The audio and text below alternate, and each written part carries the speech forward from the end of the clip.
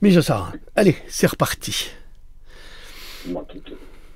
Bonjour à toutes, bonjour à tous, bienvenue sur Cogito.com, la chaîne en reconstruction et surtout la chaîne de la vérité vraie, celle qui vous plaît.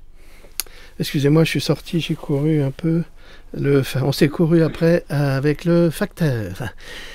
Alors aujourd'hui nous sommes en présence de Donc c'est pas une factrice, ça va. en fait c'était une factrice. Alors, nous sommes en présence de notre louloute nationale, internationale et bien sûr intergalactique. Bonjour tout le monde. Et elle est en forme depuis qu'elle sait que c'est une factrice, là, je vais en prendre plein la gueule. Alors aujourd'hui, de quoi allons-nous parler, ma chère louloute? Alors, d'un manque d'acide gastrique. Voilà. 8 signes. Ou d'un un manque ou un trop-plein, selon, c'est toujours pareil. Un article qui a été rédigé le 28 avril 2023, traduit par les soins de votre serviteur, bien sûr. Allons-y, allons-y. L'acide gastrique a été dépeint... Le magnifique Philippe Alexandre Chandrock. Elle a bu, ne vous inquiétez pas, ça va passer. L'acide gastrique a été dépeint comme un bon petit vin de pays, là. Il n'est pas passé à côté, hein, il est directement passé dans le glotte, là. C'était pas mal, là, un petit rouge, là. Un petit rouge qui tâche. L'acide gastrique a été dépeint comme un méchant dans les médias grand public, et vous savez pourquoi c'est décrit dans les médias grand public. Louloute, vous le savez, ma chère, et vous allez nous le dire, n'est-ce pas que vous le savez? Oui, je le sais. C'était quoi ta question? Pourquoi est-ce que l'acide gastrique est dépeint dans les médias grand public comme le grand méchant loup de la chimie organique humaine? Oui, mais tout ça, ça vient des laboratoires. Ça vient des laboratoires qui possèdent les médias grand public à plus de 80%. Donc toutes les publicités que vous voyez, c'est Big Pharma, et automatiquement, pour vendre des produits de santé, il est intéressant de posséder les grands médias pour influencer le plus de public. C'est pour ça que les gens disent tout et n'importe quoi sur la médecine. Alors vous avez les médecins qui vous disent « Oui, il ne faut pas écouter Internet, il y a que des conneries ». C'est plutôt à la télévision qu'il n'y a que des conneries. Sur Internet, on essaye de rétablir le mieux possible les vérités scientifiques. Oui, évidemment. Les publicités télévisées montrent des personnes qui se serrent l'abdomen et se sentent mieux après avoir avalé une pilule poudreuse ou bu un liquide rose qui neutralise l'acide maléfique et brûlant, ce fameux acide gastrique. Il est courant de penser qu'il faut réduire l'acidité de l'estomac pour remédier aux problèmes digestifs courants tels que le reflux acide, les brûlures d'estomac ou les indigestions. Malheureusement, cette attitude ne pourrait être plus éloignée de la vérité. Point. Pourquoi? Pourquoi? Je vous le demande, dame Louloute. Pourquoi? Pourquoi, monsieur Tremblay? Ah parce que j'ai une lime à ongles, pour me limer les ongles, non? Hein? Pourquoi avez-vous introduit une canisse de jus de raisin dans la bite? J'en sais rien, oui, mais si j'avais une canisse de jus de raisin pour la boire. Les têtes à claque. Les têtes à claque. Avez-vous déjà mangé un couscous dans le sous-sol d'une mosquée? Non. Bon. Jusqu'à 50% des Nord-Américains ont en fait un acide gastrique qui n'a pas l'acidité nécessaire pour décomposer correctement les aliments. Alors voilà, on va y venir. C'est toujours des problèmes d'enzymes, c'est toujours des problèmes d'acidité et d'alimentation. Je vous l'ai expliqué à plusieurs reprises, l'alimentation est liée à des facteurs enzymatiques chez tous les individus, quels qu'ils soient. Vous avez des personnes qui, par exemple, ne supportent pas le lactose. En général, les intolérants au lactose sont du groupe A, en règle générale. vous avez des grands mangeurs de viande. Alors là, c'est des gourmands. Alors là, le mangeur de viande tous les jours, jamais malade, toujours en pleine forme avec de la viande, c'est les groupes O. Alors bien sûr, là, je vais entendre des gens qui vont dire « Ah oui, mais moi je suis groupe O, je mange pas de viande, je suis très bien. » Détrompez-vous. Détrompez-vous, vous ne pouvez pas être très bien si vous êtes O et si vous ne mangez pas de viande, parce que vous avez une structure enzymatique qui vous autorise justement à digérer et à prélever tous les éléments nutritifs d'une protéine animale. Que vous le vouliez ou non, c'est ainsi que vous êtes fait. Et si vous allez contre votre nature, eh bien vous finirez par développer des maladies graves qui sont liées au fait que votre structure enzymatique ne se retrouve pas dans l'alimentation que vous lui donnez. En fait, pour avoir un corps sain, il faut avoir une alimentation pas forcément saine, mais une alimentation qui corresponde à votre structure enzymatique. Et ça, les médecins n'en parlent jamais et les nutritionnistes n'en parlent pas davantage. Je continue. Malheureusement, cette attitude ne pourrait pas on l'a dit. Si les antiacides et autres médicaments similaires peuvent apporter un soulagement temporaire aux inconforts digestifs, ils ne font qu'aggraver le problème à long terme en neutralisant le peu d'acide gastrique disponible. De plus, tous ces breuvages sont pleins d'aluminium, sont faits à base d'aluminium, ce qui n'arrange pas justement votre flore intestinale, ce qui n'arrange pas vos intestins, on l'a dit, mais ça n'arrange pas non plus la filtration du foie, du pancréas et évidemment de la vésicule biliaire. Donc tout ça, c'est pas bon en fait. En fait, il ne s'agit pas, si vous voulez, de soulager l'inconfort digestif. Il s'agit en premier lieu de trouver l'alimentation qui vous correspond. Et ça, c'est le plus dur, parce qu'on apprend toute la vie à connaître l'alimentation qui nous correspond. C'est pas facile, et vous le savez. Alors on vous dit qu'il faut manger 4 à 6 légumes par jour, 4 à 6 fruits par jour, et ci et ça, mais il y a des fruits qu'on n'arrive plus à digérer. Pourquoi? Regardez les pommes, par exemple, qui ont entre 40 et 60 traitements chimiques pour arriver à maturation. Ben, c'est pas un fruit, ça, c'est une bombe chimique. Pour vos intestins, c'est un poison. On vous dit oui, vous allez mettre ça dans un bain avec cet appareil qui va neutraliser les pesticides, mais vous rêvez. Les pesticides, ils sont dans la pomme, ils sont pas à l'extérieur. Ils sont partout. Alors, l'hypochloridrie, c'est-à-dire l'insuffisance ou l'inefficacité de l'acide gastrique, a été associée au développement du cancer de l'estomac, de l'asthme et de la polyarthrite rhumatoïde. L'acide gastrique remplit un certain nombre de fonctions vitales, mais il est menacé par un déclin naturel lié à l'âge, ainsi que par une alimentation riche en aliments transformés et pauvre en aliments sains et nutritifs, c'est ce que je vous dis.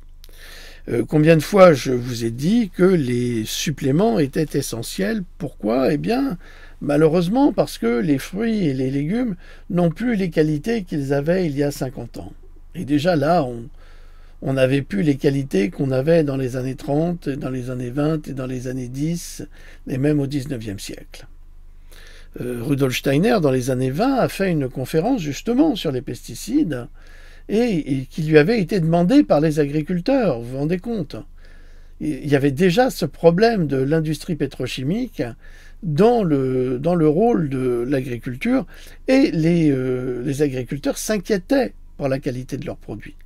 Là, aujourd'hui, ils ont tout gagné. Ils ont tout gagné à tel point que l'industrie agroalimentaire fonctionne main dans la main avec l'industrie pharmaceutique, parce que l'un sans l'autre ne peuvent pas fonctionner, puisque l'un rend malade le patient, et le patient doit après se retourner vers Big Pharma pour essayer de trouver des remèdes qui sont le plus souvent introuvables, mais que vous pouvez trouver dans la nature, et c'est ce que nous allons voir. Pourquoi l'acide gastrique est-il nécessaire, ma chère Louloute? Oui. Ok. Elle peut le dire.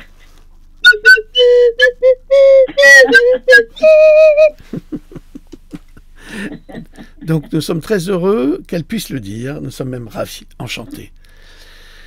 Digérer les protéines et les décomposer en acides aminés qui sont utilisés pour construire les différents types de tissus et de structures dans le corps. Voilà à quoi sert l'acide gastrique.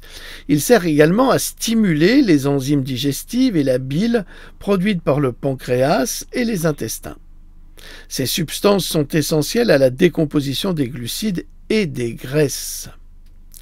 Servir de première défense contre les levures, les bactéries et les parasites envahissants qui, sans cela, franchiraient l'estomac et provoqueraient des infections. Vous devez savoir que les levures, les champignons, les bactéries, c'est ce qu'il y a de pire, c'est ça qui détruira l'humanité. Et c'est pour ça qu'il y a eu une alerte il y a quelques jours sur un champignon noir aux États-Unis qui pourrait détruire l'humanité. Ben oui, on l'a vu, ce champignon noir en Inde, pendant le Covid, suite à des vaccinations, où malheureusement, pour arrêter sa progression, on coupait ici tout le bas de pauvres malades, pour pas que le champignon gagne le cerveau. Donc il faut faire très très attention à justement ne pas se laisser contaminer par des champignons, des levures, qui sont le premier et principal ennemi du système immunitaire et de l'humanité. Absorber correctement certains minéraux et nutriments, tels que le fer, le cuivre, le zinc, le calcium. Or, faites attention avec les additifs en calcium, c'est très mauvais pour la santé. Vous allez me dire, ben non, mais moi on m'en prescrit couramment. Mais moi je vous dis simplement ce que vous dit le docteur Lévy, qui dit qu'il ne faut pas prendre de supplément de calcium parce que pour le cœur c'est très mauvais. Bon, le calcium vous pouvez le trouver dans de nombreux aliments. Les bananes, les avocats, je crois qu'il y a du calcium aussi dedans. Et il y en a le plus dans la spiruline. La vitamine B12 également, qui est la viande en général, et de la bonne B12, c'est difficile à trouver, je dois vous l'avouer. Un faible taux d'acide gastrique a été associé à l'anémie et à une carence en vitamine B12. C'est pourquoi vous ne devez pas prendre de médicaments qui neutralisent l'acide gastrique. Si vous souffrez d'un reflux gastrique, essayez plutôt ces remèdes maison naturels. Alors, quel est le meilleur remède naturel pour lutter contre le relent d'acide gastrique?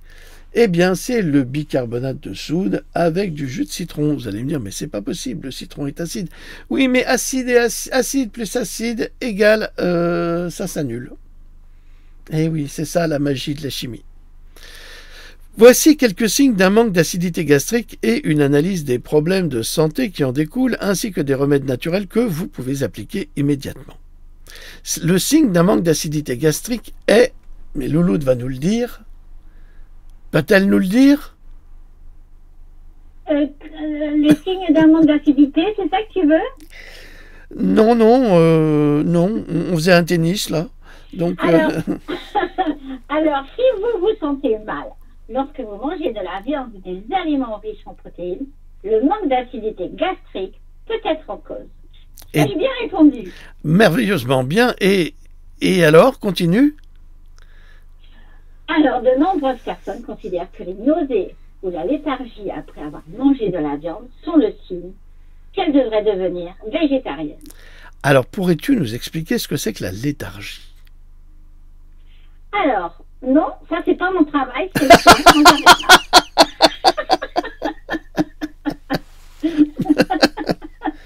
Elle est adorable. Alors, je vais vous expliquer cela. De nombreuses personnes considèrent que les nausées ou la léthargie après avoir mangé de la viande sont le signe qu'elles devraient devenir végétariennes. Les nausées, vous savez ce que c'est. Les femmes le savent plus que personne, surtout quand elles sont enceintes. Donc les nausées, on est nauséeux, on a envie de vomir ou pas, on ne sait pas. Oui, et puis finalement, on va dégueuler sur les genoux de son amoureux en disant excuse-moi, j'ai pas fait exprès. Moi, c'est clair. Maintenant, je sais pourquoi tu as mal à la tête et tu as la nausée, voilà. Alors, la léthargie, c'est quand vous vous endormez. État léthargique, état de somnolence, comme ça. Donc, de nombreuses personnes considèrent que la nausée ou la léthargie après avoir mangé de la viande sont le signe qu'elles devraient devenir végétariennes. Oui, pourquoi? Eh bien, parce que vous manquez suffisamment d'acide gastrique pour digérer cette viande, et alors vous êtes lourd, et puis vous êtes ballonné, et puis vous avez envie de faire des caca tout mous, qui puent, comme ceux de... Nous voilà repartis sur Ben oui, mais c'est la même chose, c'est la même chose. Les caca qui puent, comme ceux des fuck shakers, hein? Et bien que cela puisse être vrai pour certaines personnes à certains stades de la vie, il est bon de tester l'hypochloridrie. Alors, comme je vous l'ai dit, selon votre groupe sanguin, vous avez la capacité, le pouvoir, de digérer sans aucune difficulté tout type de viande. Les hauts sont privilégiés pour cela. Si vous êtes du groupe A, par exemple, et que vous mangez de la viande rouge, vous risquez d'être léthargique. Le groupe B, ça dépend, mais le groupe AB, lui, c'est le groupe passe-partout. D'ailleurs, c'est le groupe sanguin de Jésus, du Christ. Donc tous ceux qui sont du groupe AB sont sans doute en filiation avec le Christ, quelle que soit leur religion. Donc, de nombreuses personnes considèrent que les nausées et la léthargie après avoir mangé de la viande sont le signe qu'elles devraient devenir végétariennes. Bien que cela puisse être vrai pour certaines personnes, à certains stades de la vie, il est bon de tester ce que je vous ai dit, l'hypochloridrie.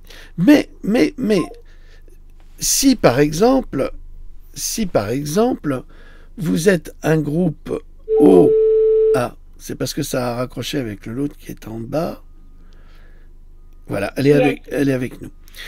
Si vous êtes un groupe O, et si vous devenez végétarien, ça va mal se passer pour vous. Vous aurez les mêmes symptômes, à l'inverse, que ceux qui mangent trop de viande et qui n'ont pas la structure enzymatique pour la digérer, ni cette acidité gastrique. Donc vous voyez, ça va dans les deux sens. Manger des sources de protéines animales durables, saines et sans cruauté est essentiel pour la santé durable de la plupart des gens. Alors, pourquoi il est écrit sans cruauté dans l'abattage des animaux? Parce que si vous les abattez avec cruauté, ceux-ci développent évidemment, comme pour les enfants qu'on va violer avec cet adrénochrome, ils développent des toxines dans leur corps, dans leur viande, du stress et surtout des toxines que nous allons récupérer en mangeant la viande de ces pauvres animaux. C'est pour ça qu'on dit que ces fameux bœufs japonais, où ils sont massés, douchés, frottés, ils ont même des machines pour leur masser le dos, eh bien c'est une viande exceptionnelle parce que justement ce sont des animaux heureux avant d'être exécutés, parce que c'est toujours ça, on exécute. Dans le même ordre d'idées, les personnes qui ont opté pour un régime végétarien ou végétalien peuvent voir leur production d'acide chlorhydrique diminuer, car elle est naturellement régulée à la base par l'organisme lorsqu'il consomme peu de protéines animales. Donc vous voyez ce qu'il y a d'extraordinaire toujours dans ce corps que je trouve magique. Oui, magique parce que celui qui a fait ce corps humain est un génie. Il arrive à tout réguler. C'est ça le génie de la création du corps humain. Un robot ne sera jamais comme un homme. Jamais.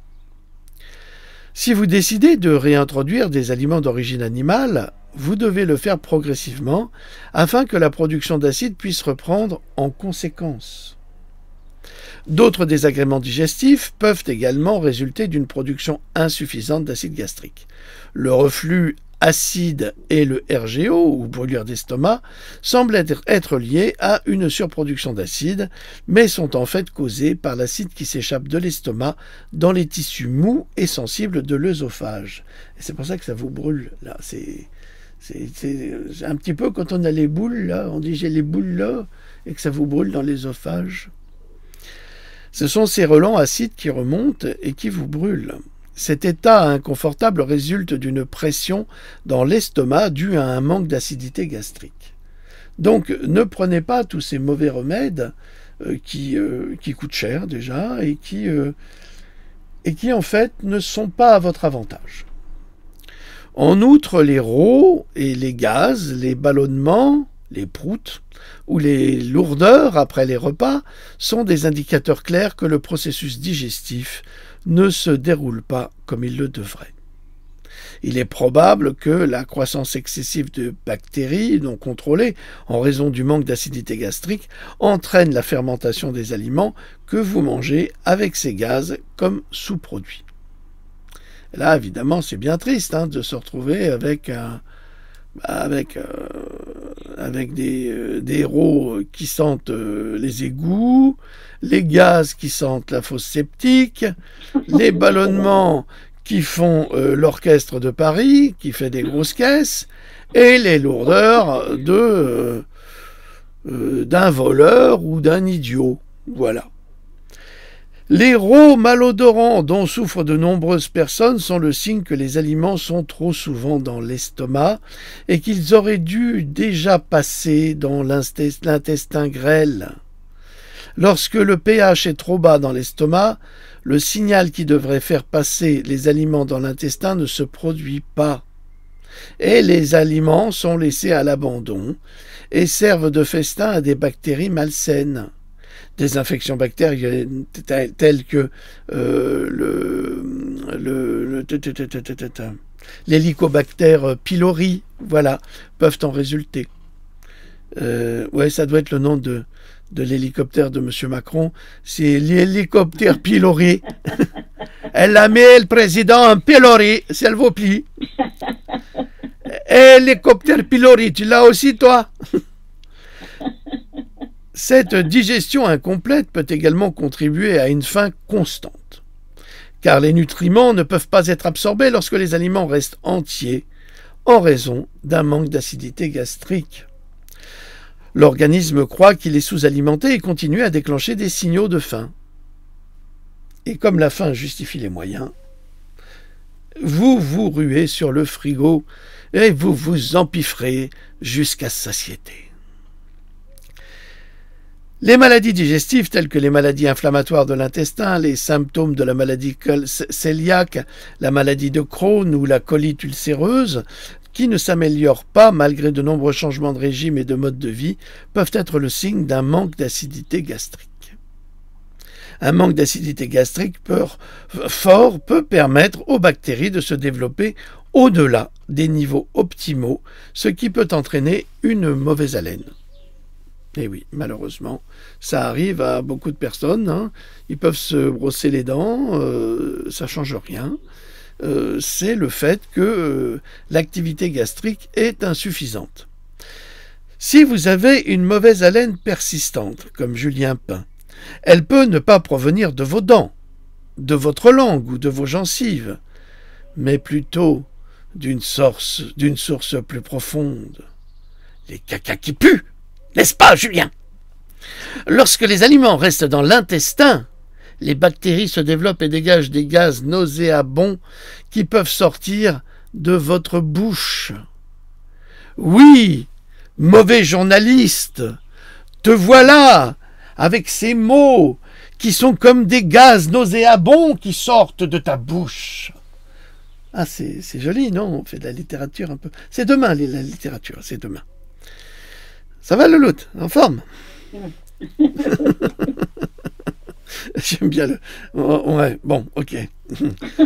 C'est en plus qu'il fait des caca qui puent, il a une haleine de chacal, on n'est pas sorti de la berge. Un autre effet secondaire cosmétique de l'hypochloridrie est l'affaiblissement de la desquamation des ongles. Ce phénomène est dû à des carences en protéines et en acides gras essentiels qui ne sont pas assimilés lorsque les aliments ne sont pas correctement digérés. Comment dépister un manque d'acidité gastrique à la maison? Ça, je pense que Louloute va nous répondre. Ah, ok. Alors, outre les signes et symptômes mentionnés ci-dessus, voici un test simple que vous pouvez effectuer dans votre cuisine et qui peut vous aider à déterminer si vous souffrez ou non d'un manque d'acidité gastrique. À toi. Tout ce dont vous avez besoin, c'est de beaucoup d'amour, d'une belle louloute à vos côtés, un bon verre d'eau et du bicarbonate de soude. Ensuite, le test est basé sur une réaction chimique produite par le bicarbonate de soude qui réagit avec l'acide gastrique. Dès le matin, mélangez un quart de cuillère à café de bicarbonate de soude dans un verre d'eau froide et buvez-le calmement sans avaler beaucoup d'air. Réglez une minuterie et voyez combien de temps il vous faut pour produire une éructation significative. Louloute, explication? Et non, une érection. Une érection.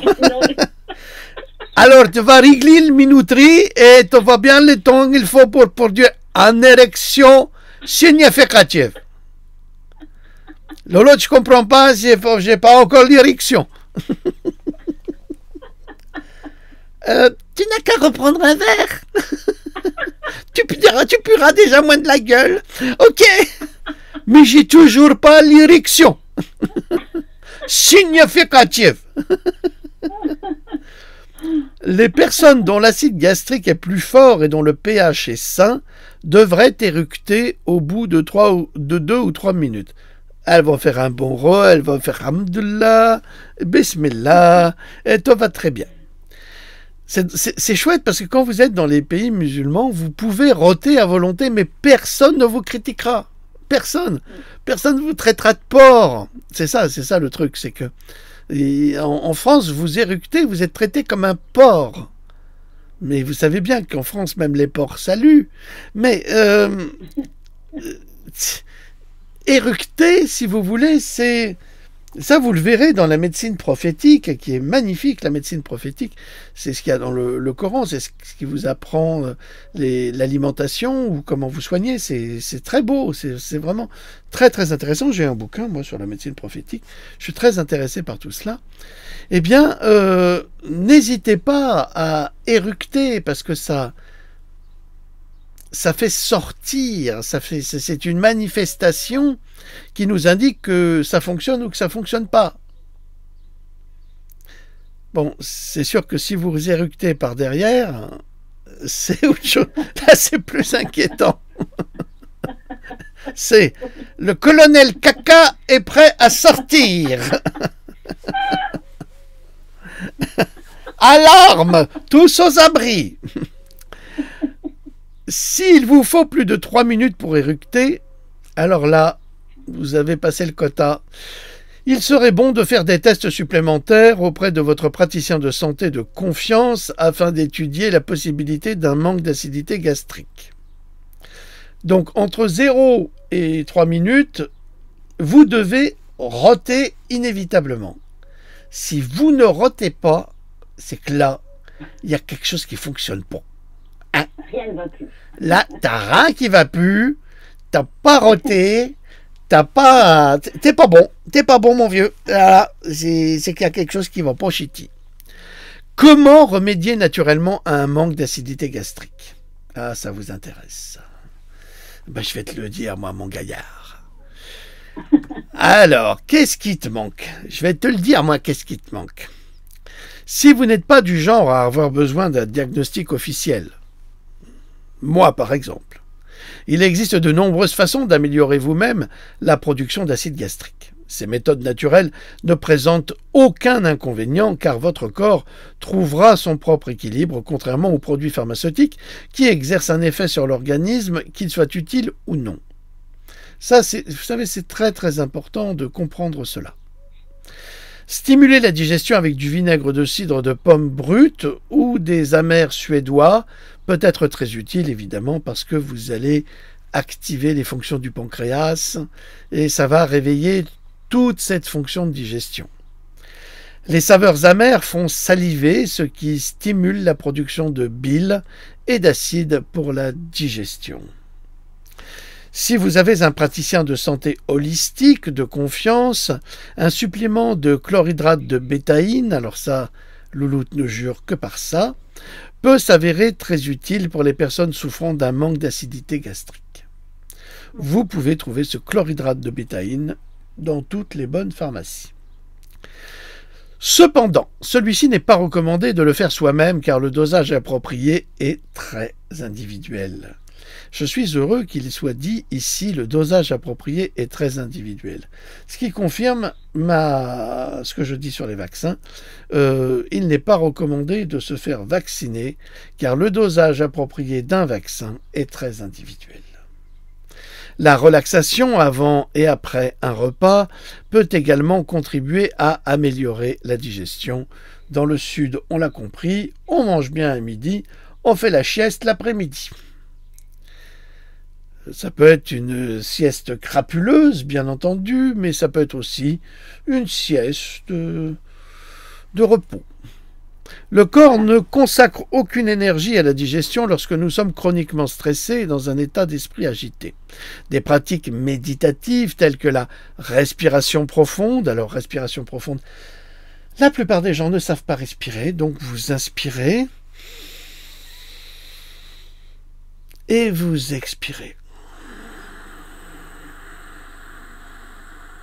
Vous vous concentrez bien pour expirer, pour que ça soit une expiration abdominale.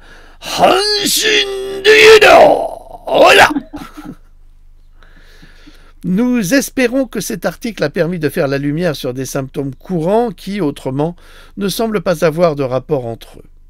Qui aurait pensé que des ongles qui pèlent étaient une carence en vitamine B12 et des ballonnements après le repas pouvaient être liés au même problème sous-jacent. La vitamine B12 est absolument indispensable. Donc essayez de bien la trouver dans des laboratoires confirmés. Alors augmentez naturellement l'acidité de votre estomac et soulagez-vous dès aujourd'hui. Voilà. Bah écoutez, on a fini, je crois, parce que c'est suffisamment lourd comme sujet à traiter. Oui. Donc avec ça, bah, vous aurez de quoi méditer jusqu'à demain. Hein? Et vous pourrez lui dire, mais tu médites, Piaf?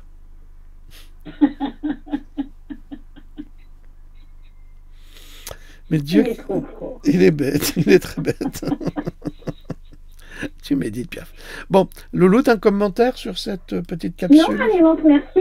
Eh oui, mais toi aussi, je te remercie d'avoir participé avec nous, d'avoir fait un petit peu de lecture, ça nous change, c'est bien.